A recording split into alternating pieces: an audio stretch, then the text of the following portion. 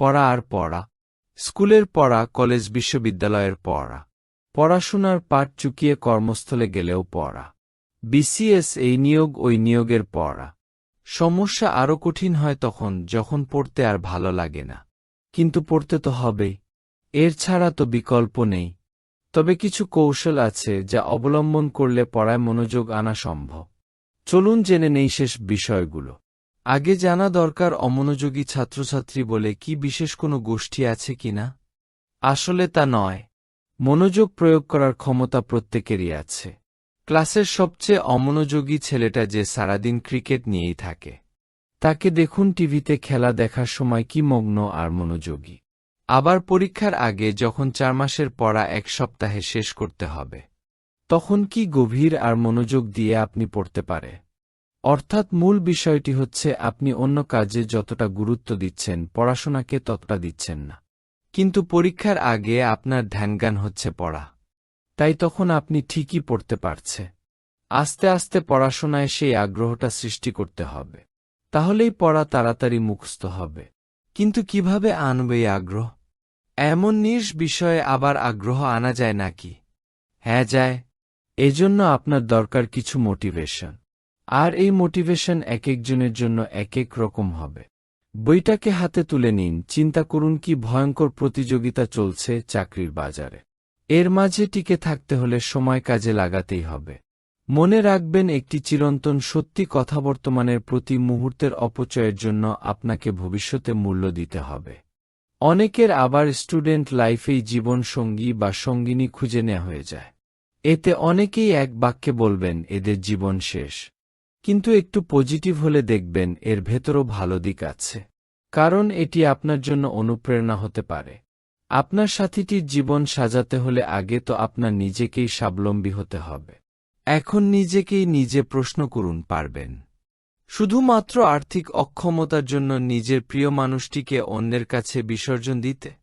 চাকরি না পেয়ে জায়বরের মতো জীবন কাটাতে? কিংবা নিম্নমানের একটা চাকরি পাওয়ার পর নুন আনতে পান্তা ফুরায় এমন অবস্থা হতে?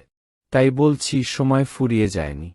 আপনার আপ্রাণ চেষ্টা যে কোনো মুহূর্তে ঘুরিয়ে দিতে পারে জীবনের মোহ। প্রথমেই আপনাকে জানতে হবে কেন পড়ছেন। যখন আপনি বুঝবেন এই পড়াটা ভালোভাবে করার মাধ্যমেই আপনি ভালো রেজাল্ট করতে পারবেন এবং আপনার পক্ষে ধাপে ধাপে এগিয়ে যাওয়া সম্ভব, তখনই আপনি আগ্রহী হবে। আর আগ্রহ থাকলে যে কোনো কাজে মনোযোগ এমনিতেই আসে। বিষয়ের বৈচিত্র্য রাখুন, ভাগ ভাগ করে বিভিন্ন সাবজেক্ট পড়ুন। একঘেয়েমি আসবে না। নিত্য নতুন পড়ার কৌশল চিন্তা করুন। রং বেরঙের পেন দিয়ে বই দাগানোর অভ্যাস করতে পারে।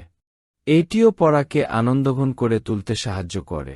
মনোযোগের একটা খুব গুরুত্বপূর্ণ বিষয় হল আনন্দ। পড়তে বসার আগে একটু চিন্তা করুন কি পড়বেন, কেন পড়বেন, কতক্ষণ ধরে পড়বে।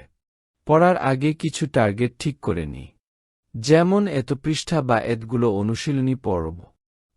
এনার্জি লেভেলের সঙ্গে আগ্রহের একটা সম্পর্ক আছে। এনার্জি যত বেশি, মনোযোগী হওয়ার ক্ষমতা তত বেশি হয়।